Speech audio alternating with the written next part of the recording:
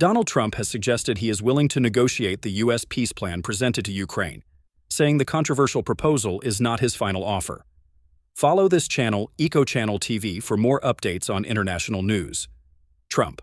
Ukraine peace plan isn't my final offer. Donald Trump has signaled he is ready to make concessions to Ukraine after Sir Keir Starmer said America's peace deal risked leaving the country open to Russian attack.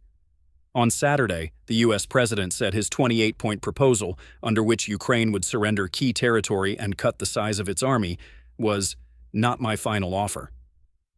We'd like to get to peace. It should have happened a long time ago. We're trying to get it ended. One way or the other, we have to get it ended, he said.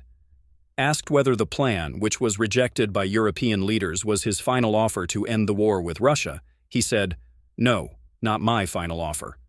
However, Mr. Trump added that if Volodymyr Zelensky, the Ukrainian president, did not accept the plan by the Thursday deadline, then he could continue to fight his little heart out. Sir Keir, alongside Friedrich Merz and Emmanuel Macron, the German and French leaders, criticized elements of the plan on Saturday, warning that it would force Ukraine to give up territory by force and leave it defenseless to further aggression. Speaking at the G20 summit in South Africa, he said he was concerned about the idea of a military cap, arguing that it was fundamental that Ukraine has to be able to defend itself if there's a ceasefire. Obviously, I think it should be done as soon as possible, but it's got to be a just and lasting peace, and so we've got to get it right, he added.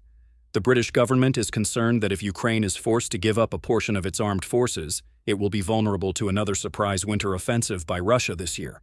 Officials fear Russia could breach a peace deal, as it did in May, when it launched hundreds of drone and missile strikes during a 3-day ceasefire. A reduction in the number of Ukrainian military personnel, which currently stands at between 800,000 and 850,000 people, would make it easier for Russia to target the country's critical energy infrastructure during the coldest months of the year. That has long been a strategy of Vladimir Putin's forces, who launched a brutal winter offensive in sub-zero temperatures over 2022 and 2023, in an unsuccessful attempt to claim the Donbas region in eastern Ukraine. The U.S. plan proposes a 600,000 personnel cap on Kiev's armed forces, the loss of 3 provinces to Russia, including Crimea, and Russia's return to the G7, making it the G8. As part of Mr. Trump's plan, Ukraine would not be allowed to host NATO troops, and foreign fighter jets could only be stationed in Poland.